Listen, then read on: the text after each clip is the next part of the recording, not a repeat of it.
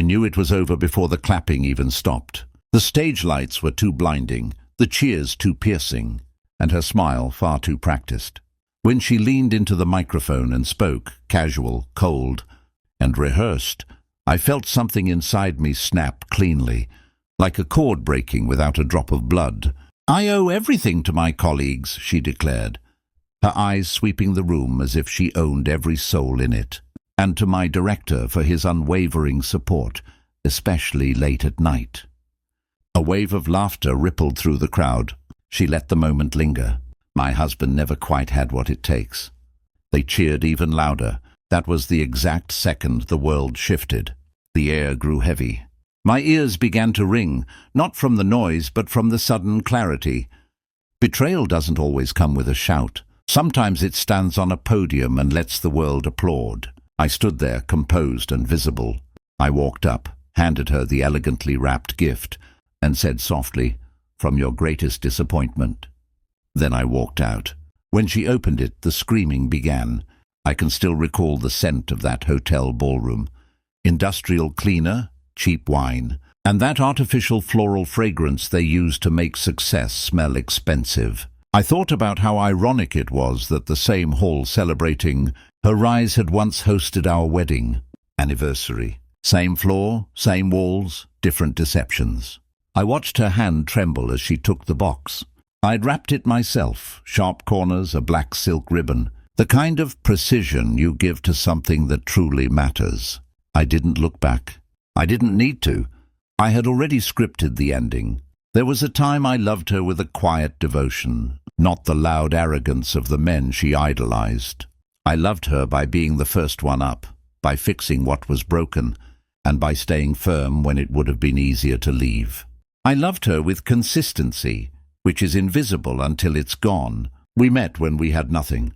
We shared cracked mugs and dreams scribbled on paper napkins. She used to say my steadiness was her anchor.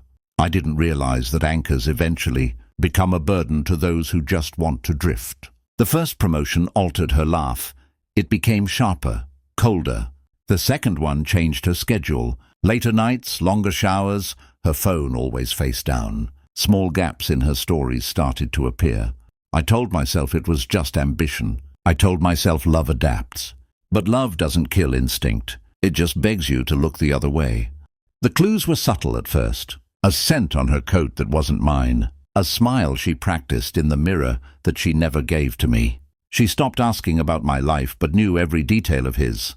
I learned his name by accident. She whispered it in her sleep. I didn't confront her then. Not because of fear, but because I wanted the truth to be undeniable. I wanted to know if I was losing my wife, or if she had already walked away. So, I observed, I listened to the things she left unsaid. I noticed how her screen lit up at midnight and how she turned away from me to type.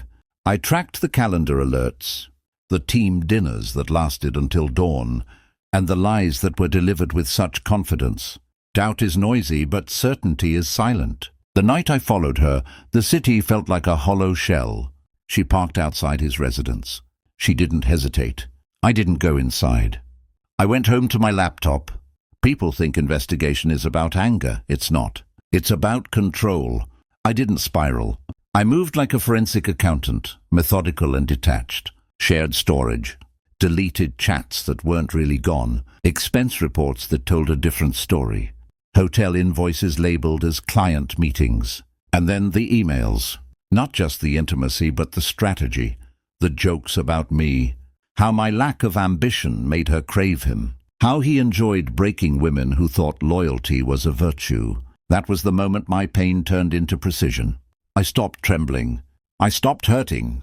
I started calculating. I didn't argue. I congratulated her. I made dinner. I kissed her. I let her believe she was winning. While she slept, I built the box. Inside were the printed records, the transcripts, and a USB drive labeled with the firm's logo, HR ready, board ready, lawyer ready, and a small recording device that activated the moment the lid was lifted. I filed the reports weeks early, timed releases, scheduled messages to every executive. No emotion, just the cold, hard facts. I knew the ceremony would be the perfect stage, a room full of witnesses, her ego at its peak. Revenge doesn't rush. It waits for the public fall. She practiced that speech for days. I heard my own erasure being rehearsed from the hallway. She never once mentioned my support. That was fine. I wore the suit she liked, the one she said made me look reliable. I wanted her to feel safe. When she insulted me from the stage, I felt lighter. Walking toward her felt like closing a book. Her eyes flicked to the box, confused, then smug. She thought it was jewelry. I gave her neither. The chaos broke out 3 minutes after I exited. I was in the parking lot when the notifications started flooding in. Inside, the USB had auto-played on the big screen. Her voice, his promises, dates, locations, it was all there. The boss turned pale. The board members whispered in horror. The applause died and was replaced by a toxic silence, the kind of noise that ends careers. By the next morning, he was suspended. By noon, she was escorted out of the building. By nightfall, the company issued a statement. I slept peacefully for the first time in months. She came home late, her makeup ruined, her voice broken. She tried rage, then tears, then begging. I said nothing. Silence is devastating when someone is desperate for an answer. I'd already packed my bags. The aftermath wasn't dramatic. It was efficient. The papers were signed. The assets were split. She tried to change the narrative, but I let her.